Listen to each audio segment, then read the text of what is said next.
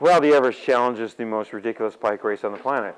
It's deliberately most ridiculous. It's got more climbing than anything, and it's a fun place to be out in the Eastern Sierras. So people come out here, strangely enough, people come out here and not climb on their bicycles. Some people even come out here that don't have bicycles, even though we don't really associate with them.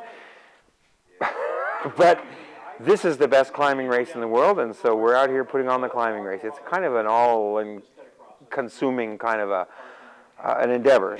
We've had a few guys in the club that have done it several times, and they always talk about it's the hardest possible two-day race you could do. You know, the Everest Challenge speaks for itself. I think, you know, the amount of elevation alone really turns people's heads, and people go, whoa, what is that? You know, Everest Challenge, I mean, what the hell are you talking about?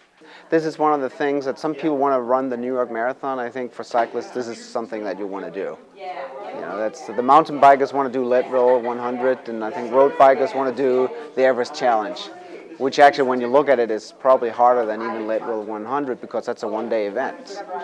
The hardest thing here is actually coming back Sunday morning to do it all over again. The second day is a lot better than the first day because it's like 4.5 hours instead of 6.5. I'd never heard of Bishop, California before. I found Bishop because of the Everest Challenge race. It sounded pretty insane, and I thought, oh, what the heck, I'll give it a try. And I did that in 2006, and I came back in 2007, and here I am again. I raced for the Specialized Women's team. This will be the 4th year in a row. The first year I did it was that year of the snowstorm. I left Canada for a reason. I wanted to get away from the snow, and then I come here.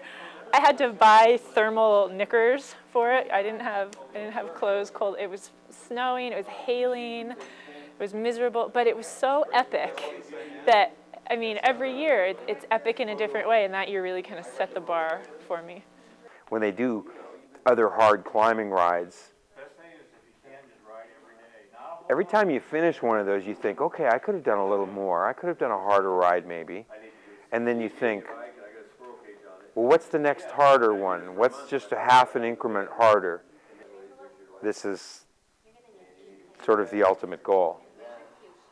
This is a 2-day race, so they can just come out and do it. It doesn't take a bunch of time out of their lives. They can leave on Friday and come do it and get back to work on Monday. But it's real hard. And so when they think, okay, I did such and such race, what's next? This is sort of a race that's in a unique position. Nobody asks what's next. After this one, there is no next. This is it.